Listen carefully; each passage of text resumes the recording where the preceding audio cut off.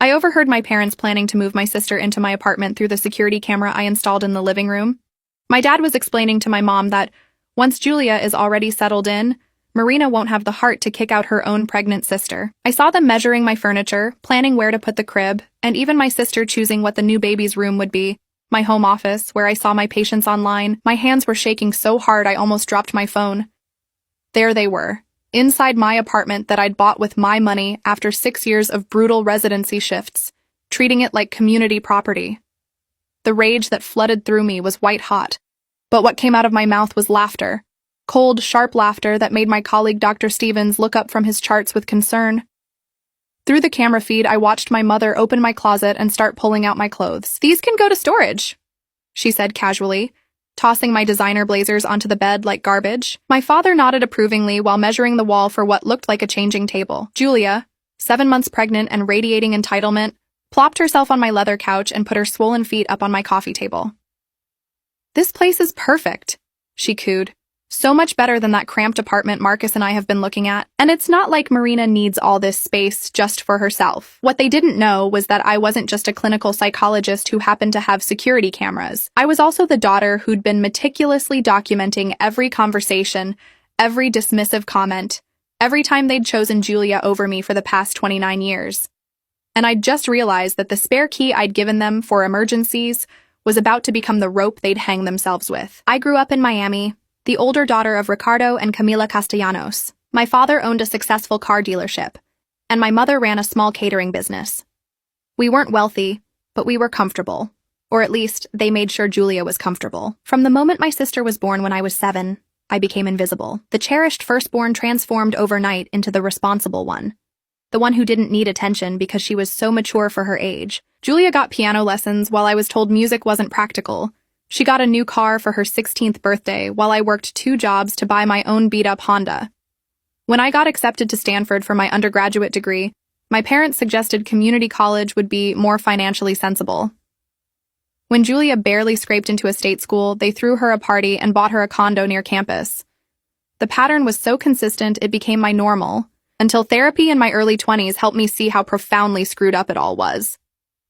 I'd worked my ass off to become a clinical psychologist, specializing in family trauma and narcissistic family systems. The irony wasn't lost on me. I'd bought this apartment 2 years ago in a secure building in Coral Gables, my sanctuary from the toxicity I'd grown up with. I'd given my parents a key because, despite everything, some pathetic part of me still craved their approval. That key was about to cost them more than they could imagine. My phone buzzed. A text from Julia. "Hey sis, can we talk? Have a huge favor to ask." I smiled at the screen. They thought they were so clever getting into my apartment to present me with a fait accompli. What they didn't realize was that I'd installed those cameras after my mother had borrowed my grandmother's pearl necklace from my jewelry box during her last visit. The one thing I had from my father's mother, who'd always made me feel seen. I'd found it weeks later in Julia's Instagram photos, draped around her neck at some party. "Sure," I texted back. "Why don't you all come over for dinner on Saturday? I'll cook." 3 dots appeared, then disappeared, then appeared again. They were probably conferring, wondering if I somehow knew. Finally, perfect. Can't wait. I had 4 days to prepare. 4 days to set the stage for the most satisfying family dinner of my life. Because what they didn't know, what nobody knew, was that I'd been in touch with Marcus's parents for the past 3 months. They'd reached out to me after Julia had convinced their son to cut them off, concerned about some concerning behaviors they'd noticed. Turned out, Julia had been systematically isolating Marcus from his family while draining his bank accounts. The baby wasn't even his. But that revelation would come later. First, I needed to let them walk into the trap they'd built themselves. Saturday arrived with perfect Miami weather, sunny with just enough breeze to make the temperature pleasant. I'd spent the week preparing not just the meal, but documentation. Every piece of evidence meticulously organized in folders, both digital and physical. My apartment looked immaculate, almost like a showroom, which would make their intrusion all the more jarring when I revealed what I knew. They arrived at 6 sharp, my parents carrying wine and an expensive dessert from my mother's favorite bakery. Julia waddled in behind them, one hand on her belly, the other clutching Marcus's arm like a lifeline. He looked uncomfortable, his eyes darting around my apartment with something that looked like guilt. "Interesting."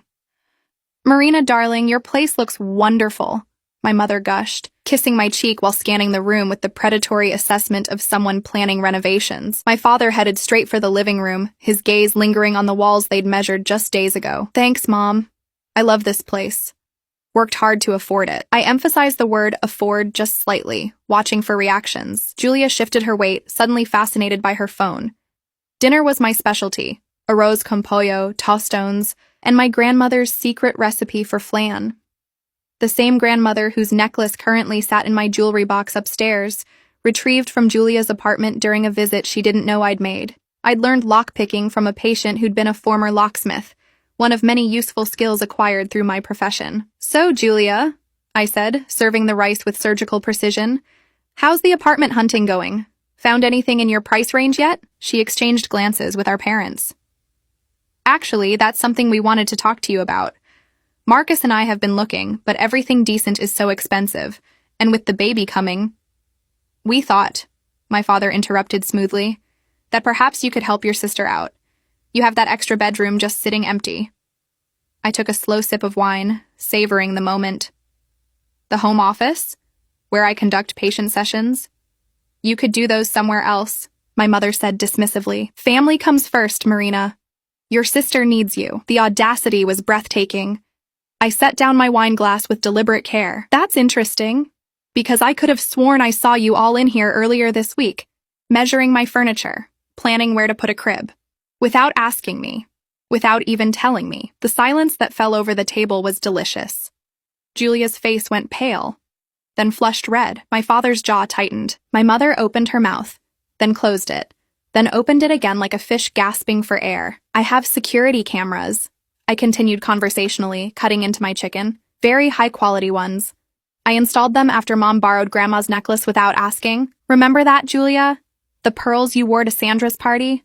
The ones you told everyone Marcus bought you? Marcus's head snapped toward Julia. You said those were from your grandmother, that she gave them to you before she died. She did give them to someone before she died. I smiled. To me. In her will. Specifically to me, because she knew exactly what kind of family dynamics were at play. Julia just helped herself when Mom borrowed them from my apartment. This is ridiculous, my father blustered. We're your family. We were just trying to help by breaking into my home, by planning to move Julia in without my consent, by assuming I'd just accept it because I wouldn't have the heart to kick out my pregnant sister. Those were your exact words, Dad. Would you like me to play the audio? I pulled out my phone, already cued to the recording. My father's voice filled my dining room. Once Julia is already settled in, Marina won't have the heart to kick out her own pregnant sister. We just need to get her stuff moved in while Marina's at that conference next month. Marcus pushed back from the table, his face a mask of betrayal. You were planning to move in without telling me? We've been looking at apartments together, and you were planning to just... What? Leave me? No, baby, that's not... Julia reached for him, but he jerked away. Don't.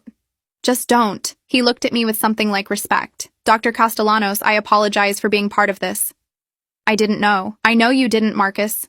In fact, I know a lot of things, like how Julia emptied your savings account last month, how she's been taking money from your parents while telling you they cut you off, how she convinced you to stop talking to them by lying about things they supposedly said about you. Julia stood abruptly, tears streaming down her face.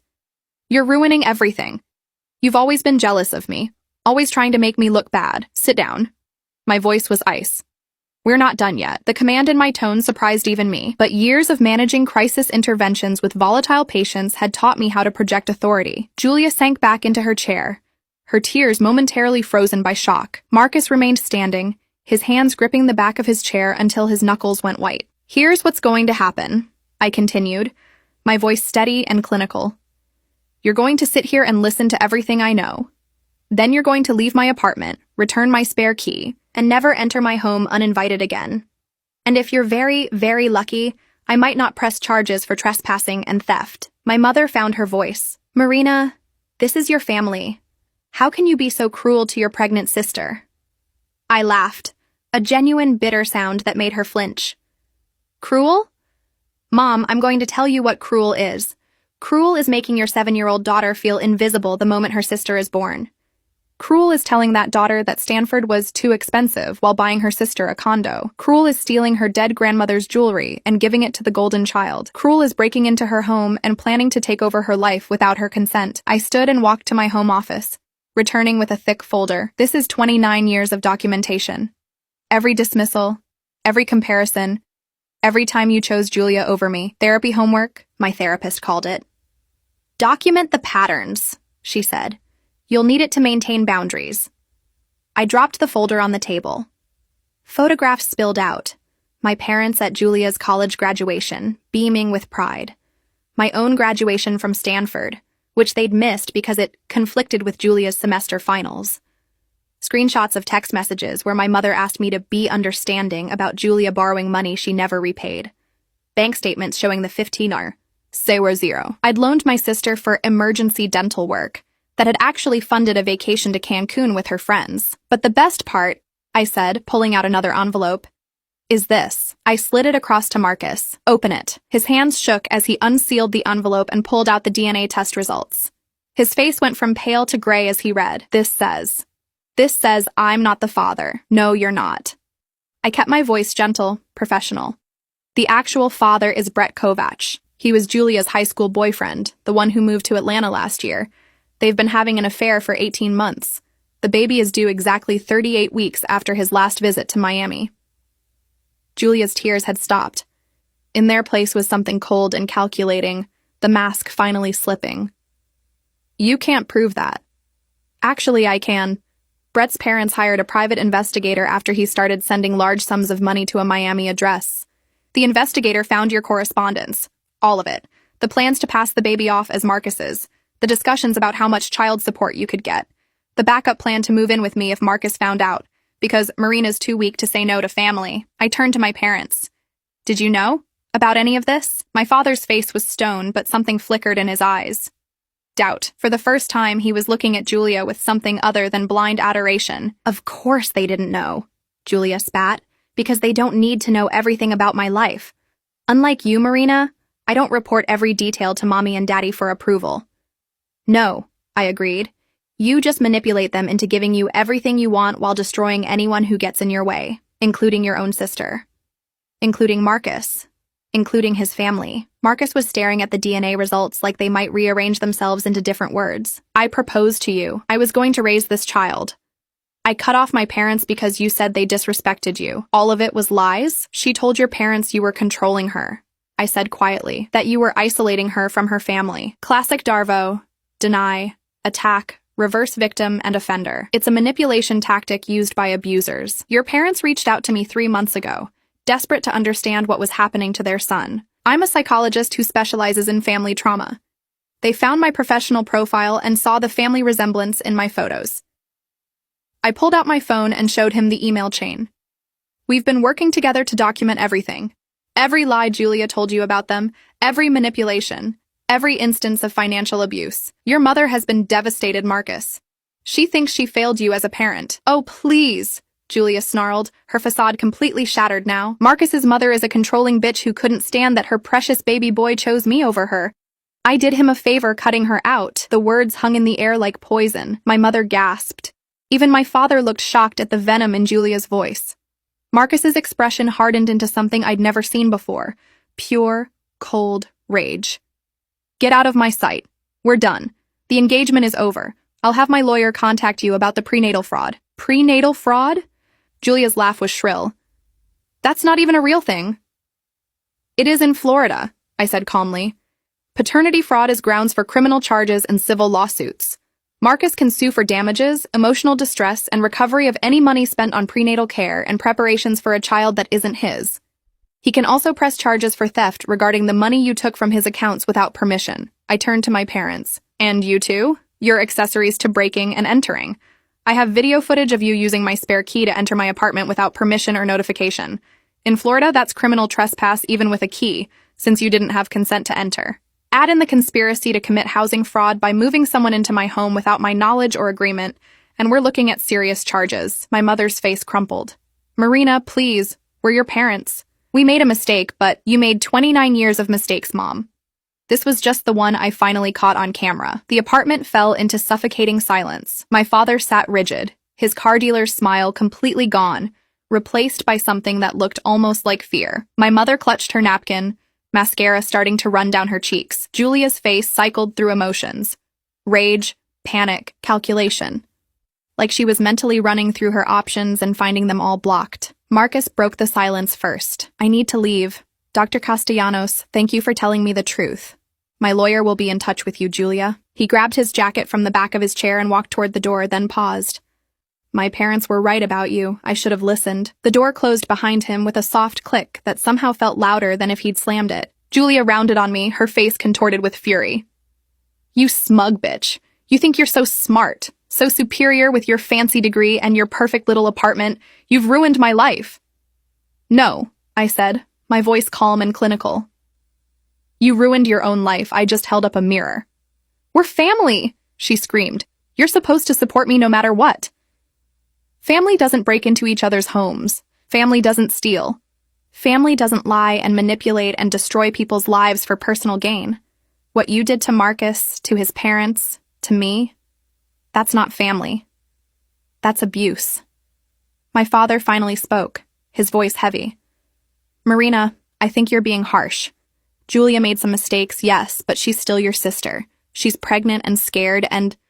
Scared? I cut him off. She's not scared, Dad. She's angry that she got caught. There's a difference. I pulled out another folder. Do you want to know what else I found when I started investigating? Julia has 3 credit cards in your name, Mom. She opened them 2 years ago using your information. The total debt is $4,700. She's been making minimum payments from Marcus's account to keep you from finding out. My mother's hand flew to her mouth. No, that's not possible. I would have gotten statements. She changed the mailing address to a P.O. box. I have the documentation right here. You can verify it with the credit card companies on Monday. I watched my mother's face crumble as the truth sank in. My father grabbed the folder and started flipping through the pages, his expression darkening with each document he read. There's more, I continued relentlessly. The emergency dental work I loaned her money for never happened. The business opportunity Dad invested $25,000 in last year, there was no business. She used that money to pay off Brett when he threatened to tell Marcus about the affair. The stolen laptop you replaced for her, Mom? She sold it on eBay to buy designer handbags. Julia's face had gone from red to white. You went through my private records? That's illegal. No, it's not. Not when someone files for fraud protection and discovers their identity has been stolen. Not when a victim of financial abuse requests documentation for legal proceedings. Not when a licensed psychologist is subpoenaed to provide expert testimony in a case involving financial elder abuse. The word elder made my parents flinch. They weren't even 60 yet, but legally the credit card fraud could be classified as exploitation of vulnerable adults if I framed it right. You wouldn't, my father said, but his voice lacked conviction. Try me. I met his eyes steadily. You came into my home, planned to take it over, and assumed I'd be too weak, too desperate for your approval to fight back. You spent my entire life teaching me that I didn't matter, that Julia's needs always came first, that I should be grateful for whatever scraps of attention you threw my way. Well, congratulations. You taught me exactly how much I could rely on family. The lesson took, Dad. It really did. My mother was crying openly now. How can you be so cold? We raised you, sacrificed for you. You raised me to be invisible. You sacrificed nothing for me that you didn't give twice over to Julia. And you know what the worst part is? I would have helped her. If she'd come to me honestly, if she'd asked instead of schemed, I probably would have let her stay here temporarily while she figured things out. I'm not cruel, Mom. I'm just done being a doormat. I walked to the door and opened it. Get out. All of you.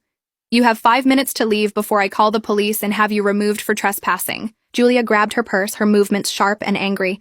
This isn't over, Marina. You can't just... It is over. And if you contact me again, if you come near my home, if you so much as mention my name on social media, I will file charges for everything I have documented. The fraud, the theft, the trespassing, all of it. You'll be lucky if you're not in jail when that baby is born. She stormed out, slamming the door hard enough to rattle the frame. My parents moved more slowly, my mother still crying.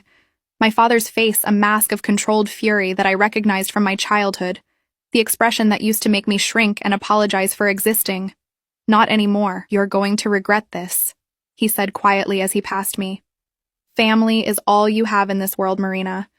When you're alone and miserable, don't come crawling back to us.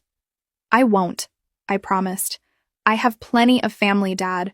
I have friends who actually care about me. I have colleagues who respect me. That was only half the story. Part 2's waiting for you on YouTube. Link in bio.